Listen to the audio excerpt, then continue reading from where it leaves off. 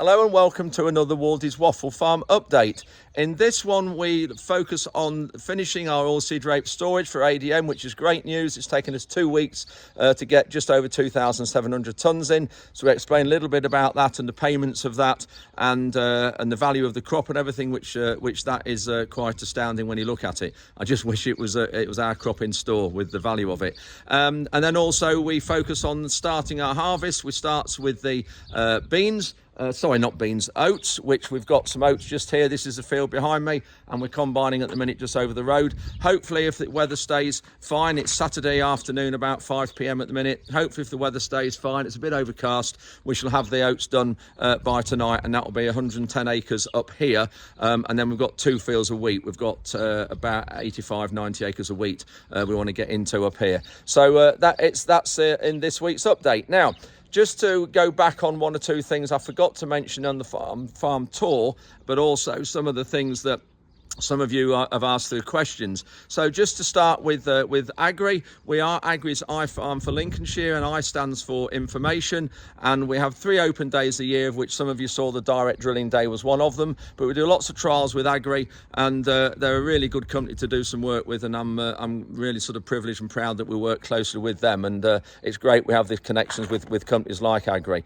We are also a McDonald's flagship farm.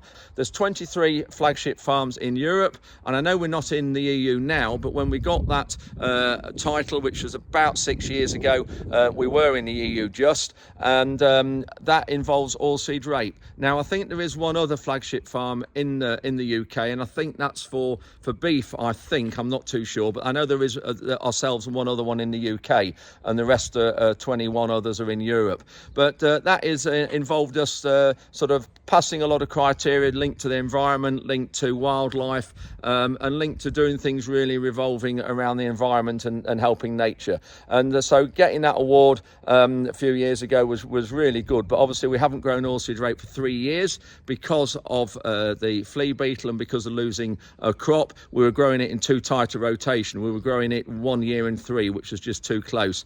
We now will, when we go back into it this year, if we get some rain to drill the crop, it will be 1 year in 6 when we go back. So that will be a lot better. So and then we'll obviously grow the varieties that McDonald's need. Now, it's a special variety. It's a whole variety, and that's HOLL, and that stands for high oleic, low linolenic, and that is the oil profile.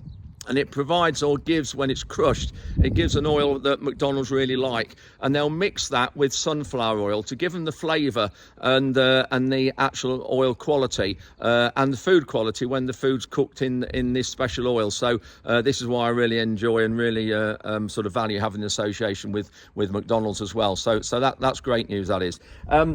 Also, we've hosted the Cereals event twice. Now, that's the national event. I first hosted it in 2004, and then I hosted it in 2008, and that was a good year, 2008. Besides having one of the highest attendances of the Cereals event, which was around 26,000, and it was also a few years after that there was that attendance. I was also named Arable Farmer of the Year in that year as well, so that was a really good year for me. So being linked to the Cereals event, obviously, and having that, hosting that on the farm there, some of you will have been to this farm, and it was hosted on the light land, and it was just on these fields just behind me here, up and over that hedge. So that was great to have it up here in this area on this light land.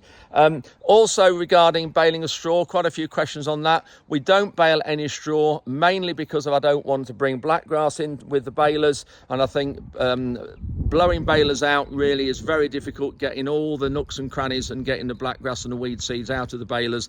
So we don't really bale any straw because of that, and also it's valuable nutrients going off the farm. And when you look at the price of fertiliser today, I think it's just too valuable to bale and see going off on the back of a lorry. And of course it provides valuable organic matter, which you can't buy that in a bag, so that's another reason why we bale straw. Another one is sewage sludge regulations. Looking at those, we have got those tightened up, but we used to have to incorporate every 24 hours, or sorry, within 24 hours of spreading. We now have to incorporate within 12 hours of spreading or if that was spread at night, whenever is reasonably practical. So those regulations are tight, and we're also more and more regulations with the farming rules for water. I think they're looking at we have to have a cover crop grow on the winter, over winter, if we put sewage sludge on any fields that's for spring crops next year, which are going to be difficult on our heavy soils. But we'll look at that problem in due course. And then also drainage. All our heavy land is drained, and that's probably 80% of the farm, and that's drained years ago, a government grant when my father was doing it then. And we've got drains every chain apart, so a chain is roughly 22 yards or about 20 metres, and it's porous, filled with gravel above the drain within about 12 inches of the surface. So of course that makes the drains work a lot better and a lot more efficient. And so drains for us and keeping the dikes clear are really important, and we're going to be having an excavator come in this autumn and going around all our dikes and scoping them, sludging them out and cleaning them out, because they haven't been done for a few years. So we need to spend a bit of money and having all the dikes put right. And then the last thing I haven't mentioned is here. You can see behind me we have a radio mast up there. You can just see into the clouds, and I'll just turn the camera around so you can see that actually a bit better. So this radio mast serves two purposes. You can see the spurs out at the side, and then that long thin mast out in the middle. Well, that long thin one is our GPS for the tractors. So we've got a base station up here.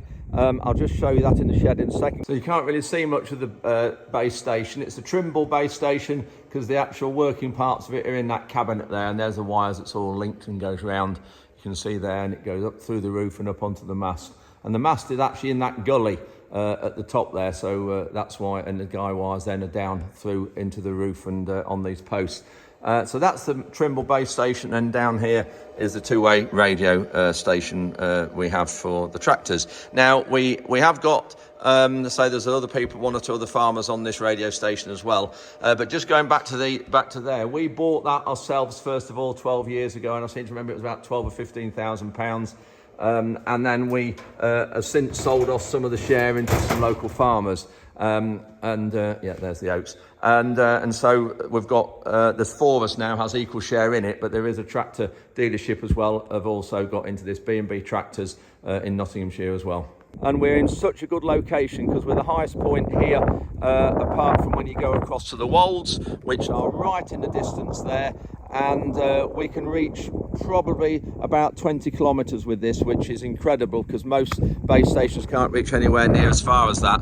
And then the other ones we've got there sticking out the side are two-way radio. We've got a taxi company from Nottingham uses that, and then we use it as well. We've got two-way base radio in our tractors and all the vehicles as well. And then that at the top of the mast, that's also for the GPS. So that's what we've got. So it's great that we've got this facility on top of the building here. We did have to have the guy wires tightened about 3 years ago, and we had to get a crane in to do that. And you can see here we've got a local company with a crane and going up in a man basket, and actually had to fasten all the cables because they were all dangling, and we fastened them and cable tied them to the main pole. So that was a big good work done there. But yeah, on top of that shed roof, and the height of it, I don't really know how high it is, but you can see it's quite a height. And so we get very good signal with that. With the two-way radios, we can reach right to Skegness, which is probably 60 miles away.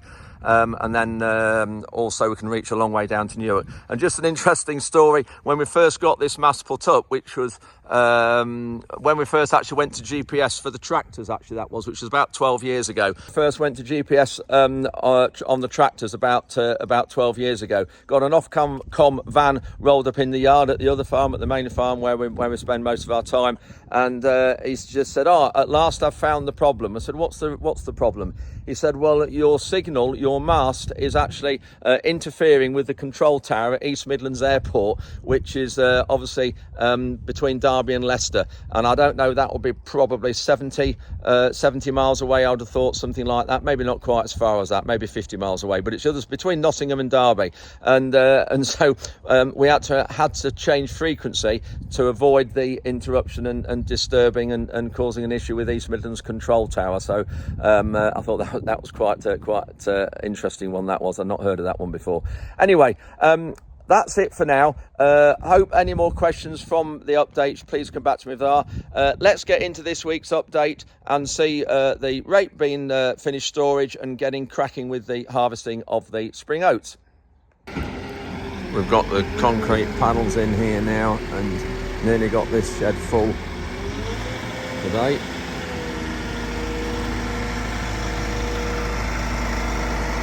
We've had 21 lorry loads in today and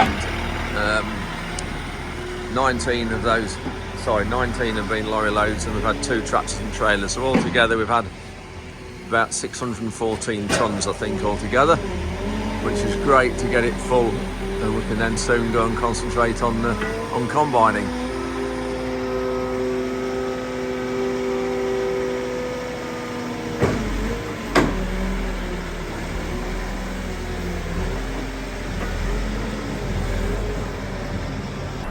So altogether we've got about 2,700 tonnes in both sheds.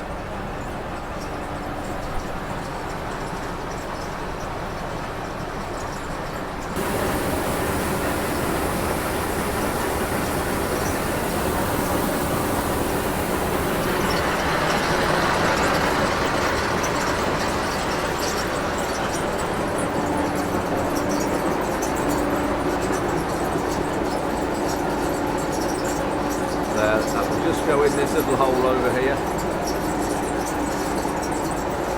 Then we'll put some motors on the fans on the top of those pedestals, and that will suck the hot air out of the grain over the next few months. But we won't be able to cool it down properly until the winter comes, till the cooler nights come. We're just cleaning everywhere up now. We've finished the rape, making sure all the weighbridge is clean. And all around the sampler, because it drops out the sampler. Just get it all blown up, and the rape grows everywhere. It grows in the joints in the concrete, it grows down the side here. Anywhere where there's a crack or imperfection in the yard, it will grow. So that's good. So we'll just have a look, see if the spreadsheet's up on the screen. Which it is. Shed 5, which is the first one we filled, 1,215, and then this one, the last one with the is just over 1,500. So that's great. 2 weeks. Started a week last Monday. We're now all finished, which is great. We can crack on with combining. So that's it. All swept up, cleaned up around the outsides. We just need the motors to put on, and we'll put those on maybe the next couple of mornings before we start combining. We don't want to waste any combining time now. So that's 1,500 tonnes in there, and that will stay in there for as long as ADM want it. This last time some of it didn't come out till early July. So just to clarify, this isn't our oilseed rape. So just to clarify, this oilseed rape is not ours, it belongs to ADM, the merchant. They have bought it off other farmers. We're storing it on behalf of ADM. They pay us £11 a tonne for doing that.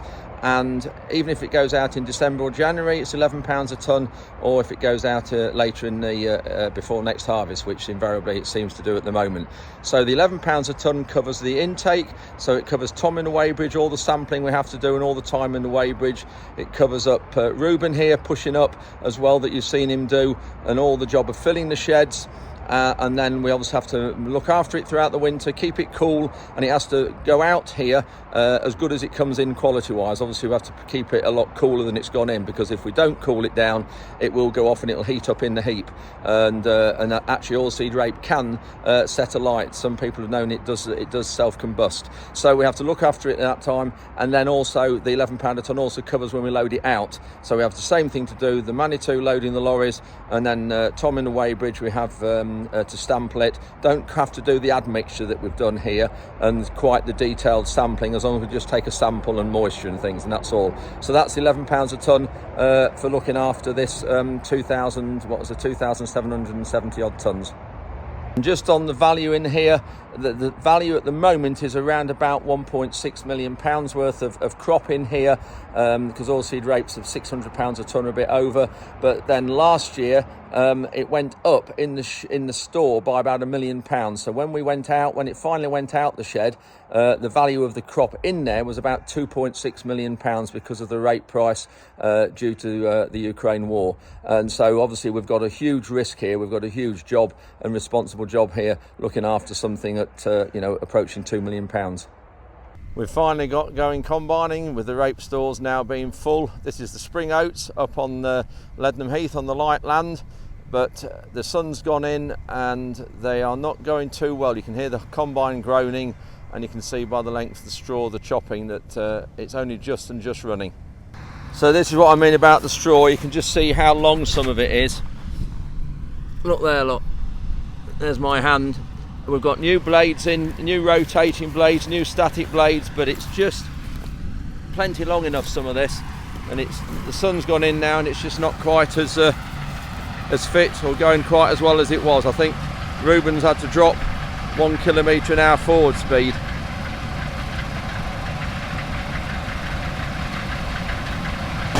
You can hear the combine making the grumbling noise in the back.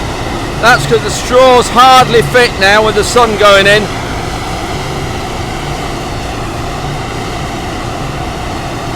You've got to be very careful in these situations not to block it.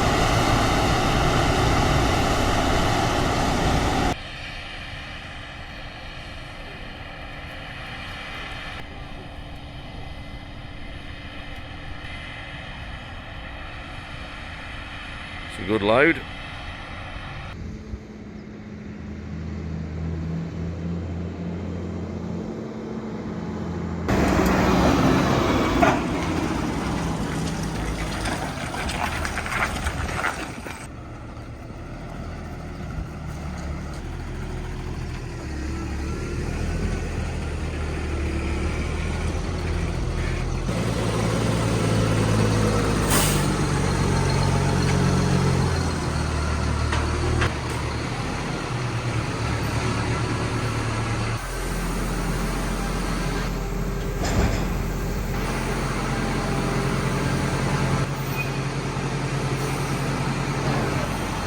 Even this high shed, it's only just enough room with these big bladed trailers, and the oats aren't like wheat, they don't flow quite so well. You can see them bunching on the top of the heap there.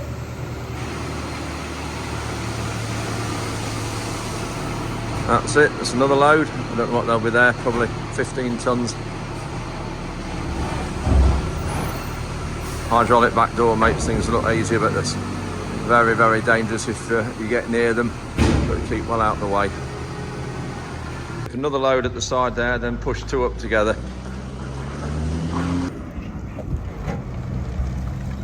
Back to get another load. You can see we've got this field done near the yard here, and there's now we're combining just across the other side of the road, and that's in the field that was sugar beet last year. For those regular viewers, that was harvested, I think, February time. So pushing these oats up, we don't need to go as high as we do with the rape, obviously. And the thing with these naked oats are, and I'm not sure whether it's the same with all oats, but the airflow is not as good going through them, so that's why you need to keep them down in height and not keep them too high.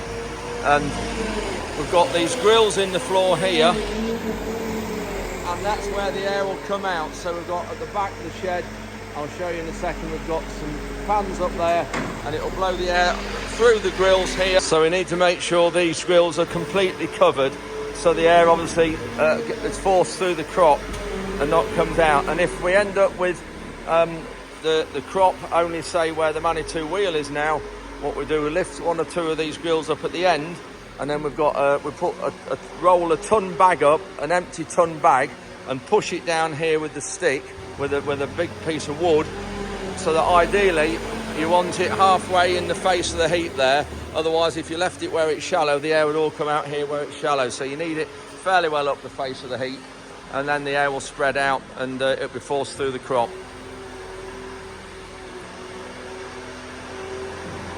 And this is at the farm that we rent. Those of you who saw the farm tour will see that.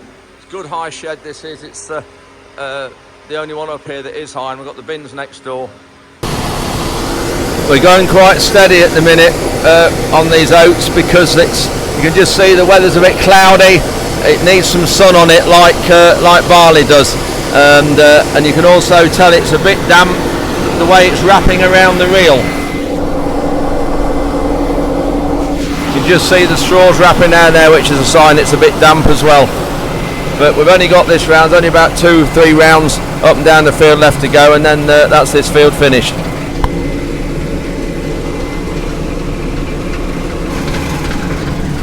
You've heard me say before about this crop's a bit thin, and you can just see it is when you look down in there. There's just not enough ears per square metre what they ought to be. I think the dry weather's had an effect, the dry spring. I've just heard the combine making a bit of a groan. That's the damp. The beauty of this combine is the bottom of the header, as it's called, that cuts the crop. You can extend it out and bring it back. And you want the crop to fall in front of the auger like this is doing. And so you put the bottom of the header, you push it out to match your cord speed and the height of the crop, so that it all drops just in front of that auger.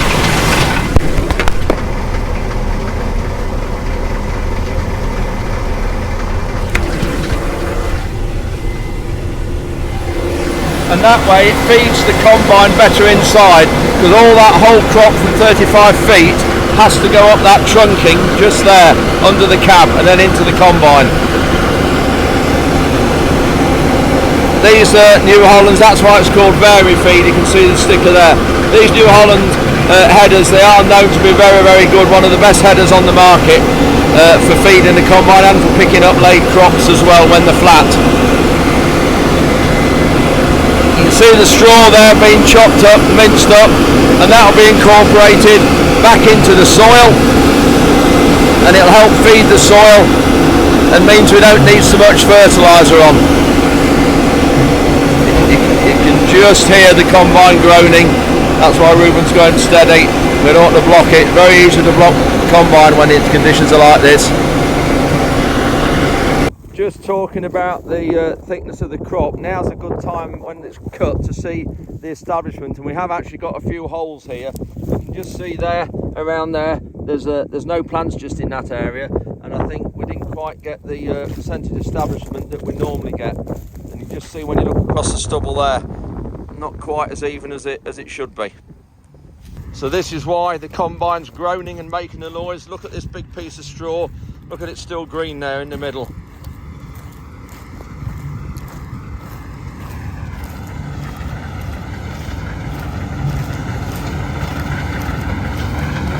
Not sure whether the microphone's picking it up, but yeah, the combine doesn't like this at all. See, the combine's spreading the straw well, full width of the header, which is good, but it's still not chopping it brilliantly because it's not really fit and the straw's damp. Well, it is fit, but the straw's damp. That's the problem.